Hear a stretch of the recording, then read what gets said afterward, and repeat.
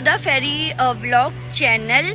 सो guys, आज मैं वापस से कर रही हूँ एक व्लॉगिंग और बहुत ज़्यादा खुश हूँ, बहुत ज़्यादा हैप्पी हूँ, बहुत ज़्यादा एक्साइटेड हूँ व्लॉगिंग करने के लिए, क्योंकि मैं जा रही हूँ लाइक महाबलेश्वर। एंड ये जो ट्रिप है मेरी बहुत बहुत बहुत मतलब एकदम रैंडमली हुई है और मेरे साथ कोई भी नहीं जा रहा है। मुझे महाबलेश्वर जाना है कुछ काम से।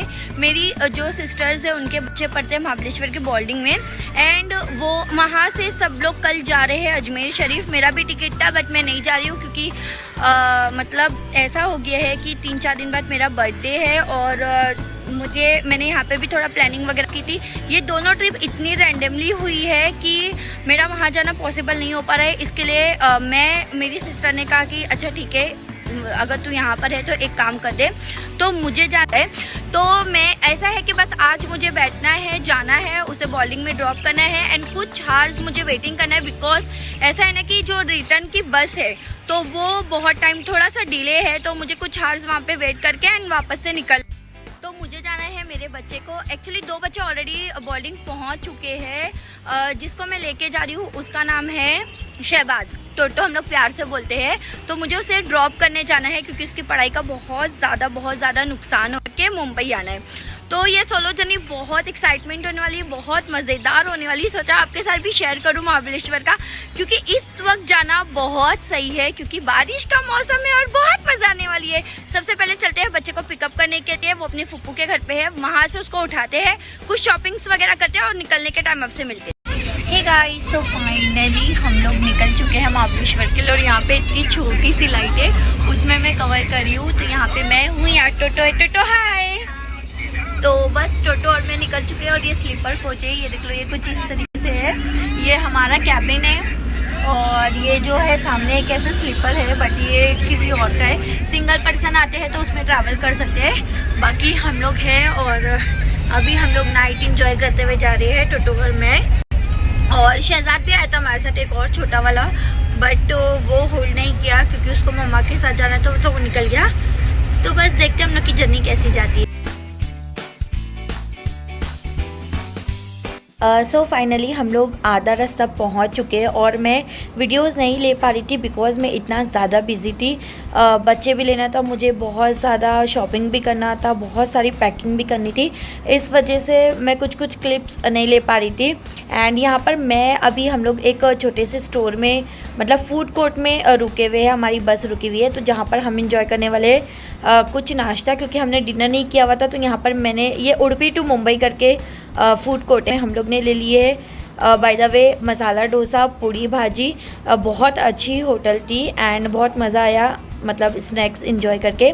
साथ में मैंने गर्मा गर्म पूड़ी भाजी ले ली थी बिकॉज हम लोग ने रात में डिनर नहीं किए थे। डिनर मैंने पार्सल ली हुई थी ऑलरेडी बट मन नहीं हुआ चाइनीज़ खाने का, तो इसके लिए हम लोग ने गर्मा गर्म यहाँ पर स्नैक्स ले लिए हैं। और स्नैक्स वगैरह एंजॉय करने के बाद अब हम लोग जा रहे हैं बस के लिए क्योंकि काफ़ी टाइम बस रुकी हुई थी। फ्रेश वगैरह हो गए थे। यहाँ पर जो शहबाज था उसे पॉपकॉर्न चाहिए था, उसे लेके अब निकल गए हम लोग।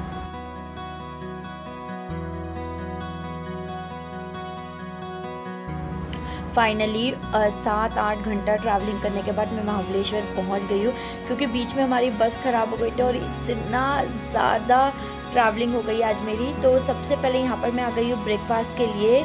मुझे नियर बाई पंचगनी के एक बहुत अच्छी रेस्टोरेंट या कैफ़े बोलूँगी मैं इसको, चाय बन मस्का करके कैफ़े है और इसका एम्बियंस इतना सोबर सा था, इतना क्यूट सा था। और अर्ली मॉर्निंग सबसे पहले मुझे चाय लगती है तो मैंने बच्चे को ड्रॉप कर दी थी बोर्डिंग में क्योंकि उसे मॉर्निंग में ही ड्रॉप करना था।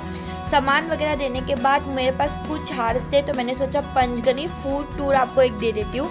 तो सबसे पहले मैं आ गई थी चाय बन मस्का में। यहाँ पे मेन्यू कार्ड आप देख सकते हो, इतना रीज़नेबल था।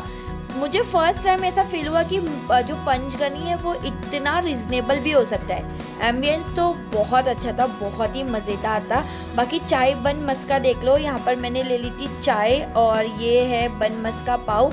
इतना स्वादिष्ट था, मतलब इससे पहले ही मैंने कभी इतना स्वादिष्ट चाय बन मस्का खाई होंगी। एंड साथ में मैंने दूध भी ले ली थी बिकॉज वो जो बन मस्का पाव था वो मुझे लाइक दूध के साथ ज़्यादा अच्छा लग रहा था। एंड मैंने उस पर थोड़ी सी चीनी भी ऐड करवा दी थी क्योंकि वो थोड़ा सा मीठा नहीं लग रहा था।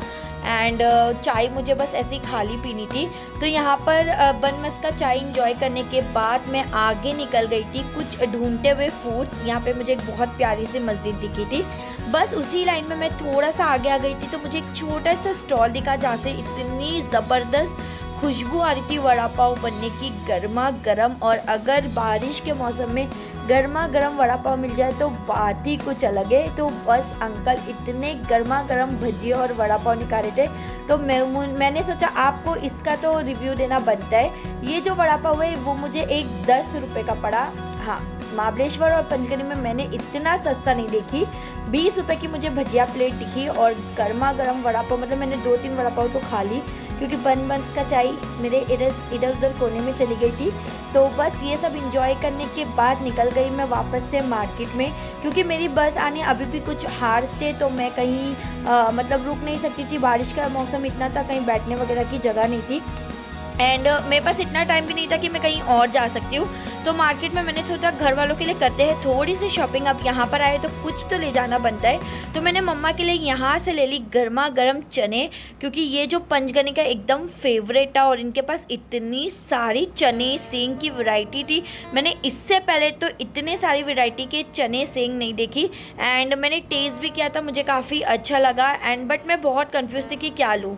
और फिर यहाँ पे साथ मेरा वीडियो कॉल भी चालू था सबके साथ में कि किसको क्या चाहिए, कौन सी चॉकलेट चाहिए किसको, क्योंकि इसके अलावा और कुछ यहाँ पर अवेलेबल भी नहीं था।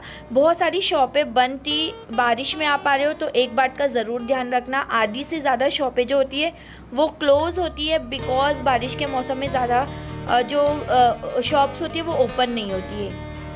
तो यहाँ से बस मैंने कुलसुम के लिए, जिशान के लिए और दीदी के लिए, डैडी के लिए, सब के लिए उनकी मनपसंद चॉकलेट्स ले ली थी, क्योंकि इसके अलावा तो मैं कुछ लेके जा नहीं सकती थी। तो मैंने सोचा यही चीज़ मैं उनके लिए ले सकती हूँ।